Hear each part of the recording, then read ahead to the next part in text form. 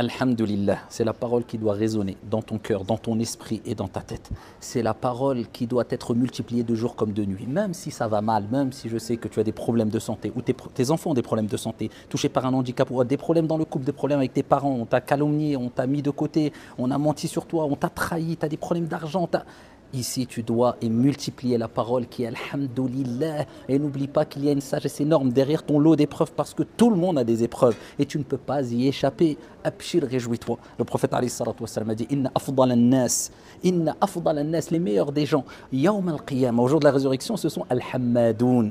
Ce sont des gens comme toi, Inch'Allah ta'ala, ceux qui multiplient la parole Alhamdulillah, louange à Allah. Ils remercient Allah parce qu'ils savent que tout vient d'Allah subhanahu wa ta'ala. Et ils savent qu'à travers leur épreuve, l'épreuve que tu vis, toi, au niveau de ta santé, tes proches, ta famille ou peu importe, eh bien Allah t'a préservé d'une plus grande épreuve parce que tu ne peux pas y échapper. Tu auras des épreuves dans tous les cas. Donc l'épreuve que tu as, c'est une sagesse. Parmi les sagesses qu'il y a derrière les épreuves, c'est que peut-être sûrement Allah t'a évité une plus grande épreuve. Pourquoi ?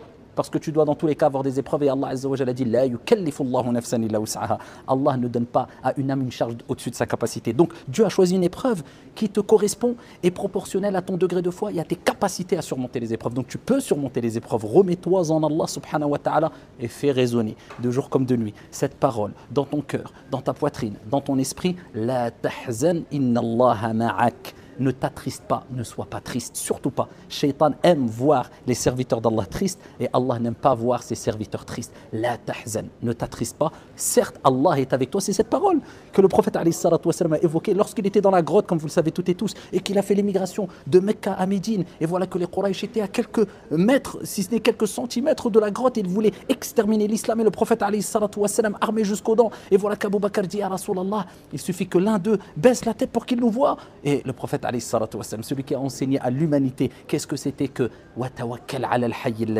place ta confiance en le vivant qui ne meurt jamais. Il a enseigné à l'humanité que quand toutes les portes se ferment autour de toi, il restera toujours une porte qui restera ouverte, c'est la porte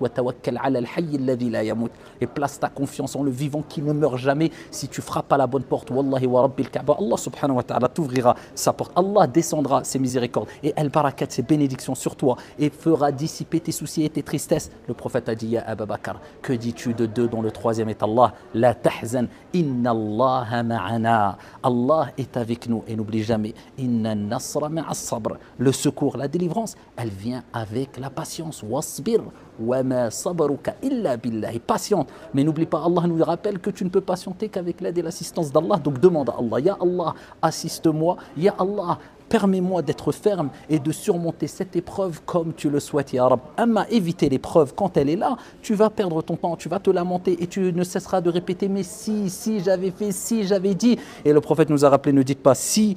Mais ça, c'est simple. Pourquoi? Parce que c'est une porte ouverte à Shaitan. Mais si j'avais fait ça, si j'avais dit ça. Par contre, si tu dis si, pour te réformer, et c'est bénéfique pour toi, et pour ne pas refaire les mêmes erreurs, et pas pour te lamenter, mais pour positiver, il n'y a pas de problème. Mais si c'est pour regretter, et te lamenter, et baisser les bras, sache que l'islam appelle à l'optimisme.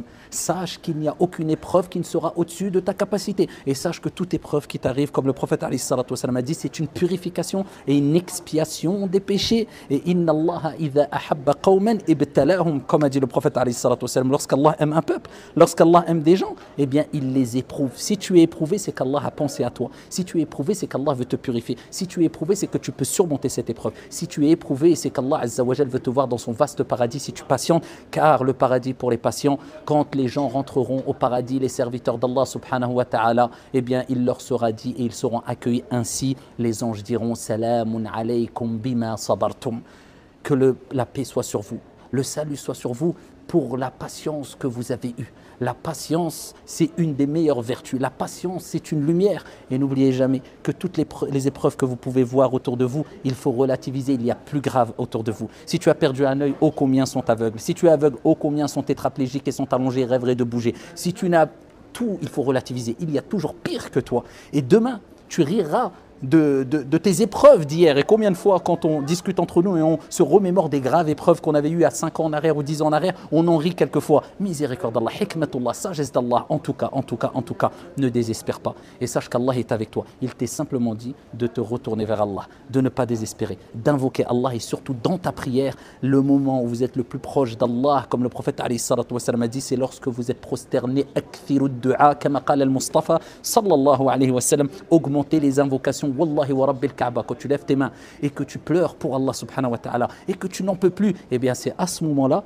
que la délivrance va venir. Ne désespère jamais de la miséricorde d'Allah, qu'Allah dissipe vos soucis, qu'Allah dissipe vos tristesses, qu'Allah transforme, remplace vos soucis par une joie, une délivrance ici-bas et dans le delà. Amin ya rabbil alamin. Wassalamu alaikum.